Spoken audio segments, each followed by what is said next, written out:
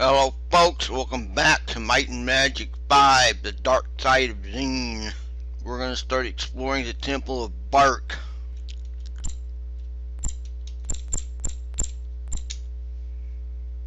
Book of Bark Man. Only a fragment of text remains. It reads, "The Bark Man will avenge, and only one who is not a disciple of Bark would ever feed the leaves of the tree in lieu of the roots of the tree. Barkman will know when this blasphemous act is committed, and he will come from the trunk of the tree to smite the wretched blasphemers in righteous wrath. Yeah, unbelievers will fall before him like wheat before the scythe, and the glorious Bark Man." And is that book?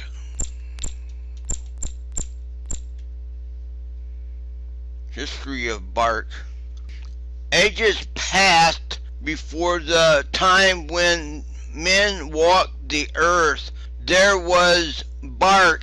From bark did all good things come. Bark's roots drew water from the earth's. Bark's leaves drew sustenance from the sun. Bark's branches held the sky above the ground, lest the sky fall and crush the world beneath it. One day Bark decided to walk about the earth, and so Bark did. Bark carried the sky on his journeys across the earth, for there was no place for Bark to rest the sky. Many years did Bark wander the earth, and much did Bark see, but there was no one to talk to, so Bark devised a fine plan to make people to talk to. Bark asked the sky to rain upon herself. The sky, grateful to Bark for carrying him around for so long, obliged, and rain fell upon Bark. Bark's sweet flowers grew heavily with the rain, and many fell to the earth. Some of the flowers fell unto shade, others fell unto sun. From the flowers came all that walked, crawled, and slithered. The creatures of the shade became the monsters of Xeen. The creatures of the sun became the mundane beast and the mannish races. Bark saw what Bark and the sky had made, and it was good. Now that Bark had men to speak to, Bark decided to rest where Bark was and speak to the humans for a while. Bark set down deep roots, and Bark spoke to the humans. Those humans who spoke to Bark the most became the disciples of Bark. The disciples to this day speak to Bark at the roots, which is where Bark keeps his ears. When at last no one is left speaking to Bark, Bark promises to walk again. Oh, that's what that says.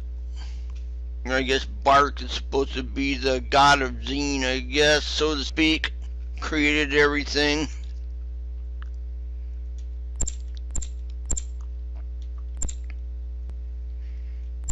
And it goes this way.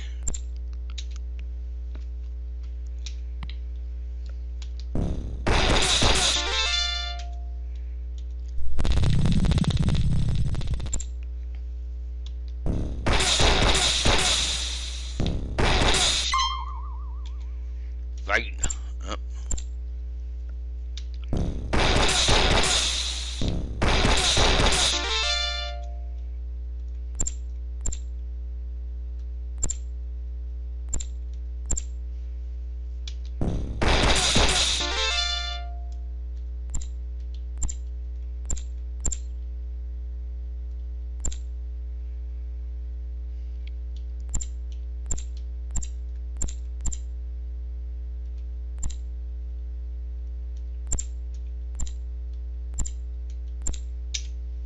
Book of Sap, Volume 1. The sap of bark runs with power. Store the sap with care and add the holy bark of yak on the spring equinox to the sap to make it potent. The sap will make holy potions that improve the health and character of the drinker. Drink with care. The sap runs slowly, and the making of a holy potion is a slow process that cannot be hurried. The holy potions must be reserved for the disciples of Bark, for Bark requires her clerics to be strong of limb and mind.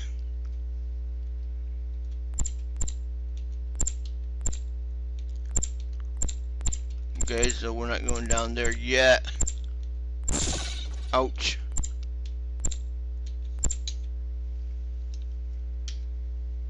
You hear rumbling in the distance.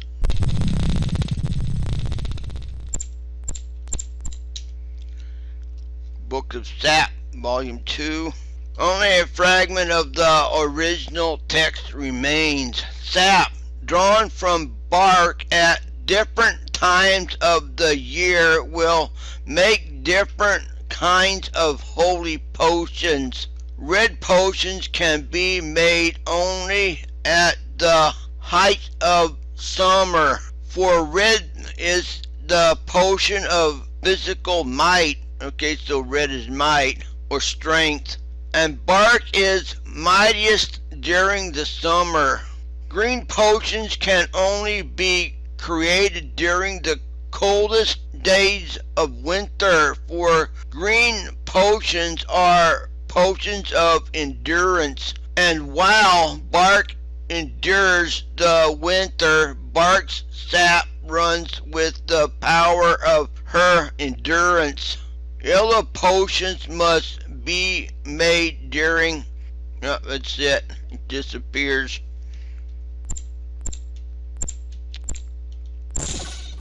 Well, time I turn around, I'm getting zapped.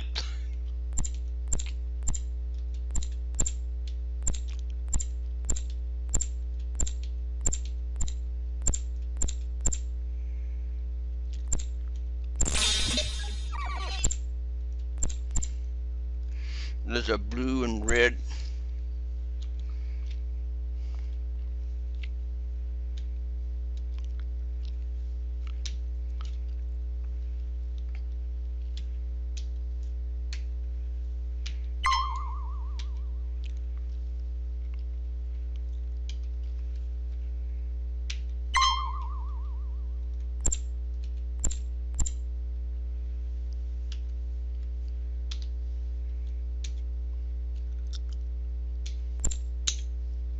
Red potion.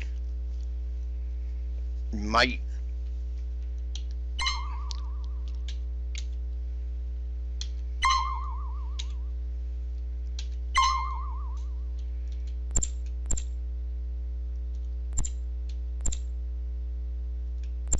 I take it.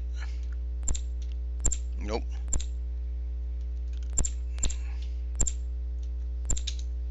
Blue potion. Personality.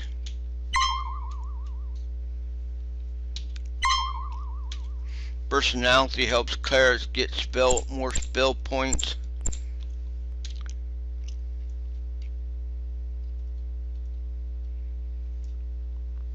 His spell points went up. Now has 304.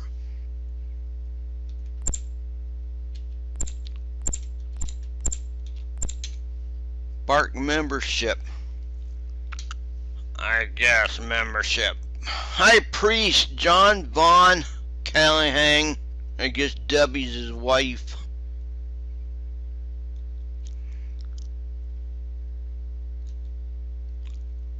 Troll testers. And devotees, thousands and thousands.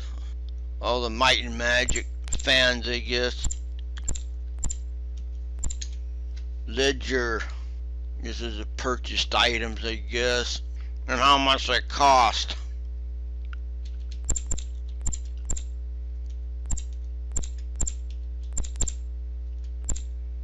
I don't know what a freaking spikes are.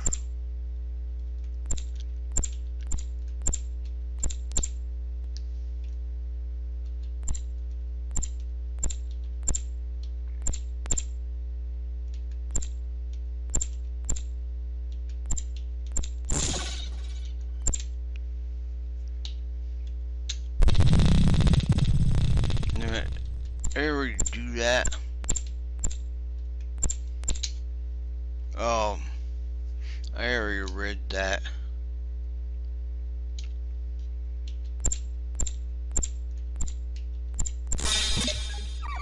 No.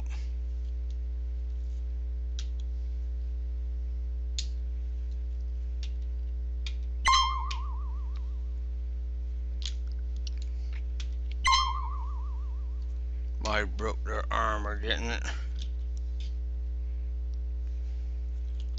Nope, I'm surprised that it didn't. Let's check all of them.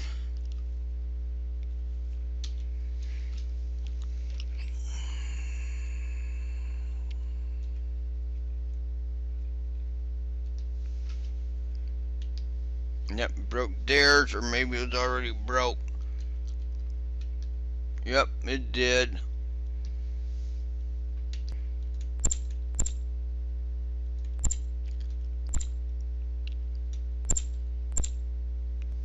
That's not the end of level 1. It's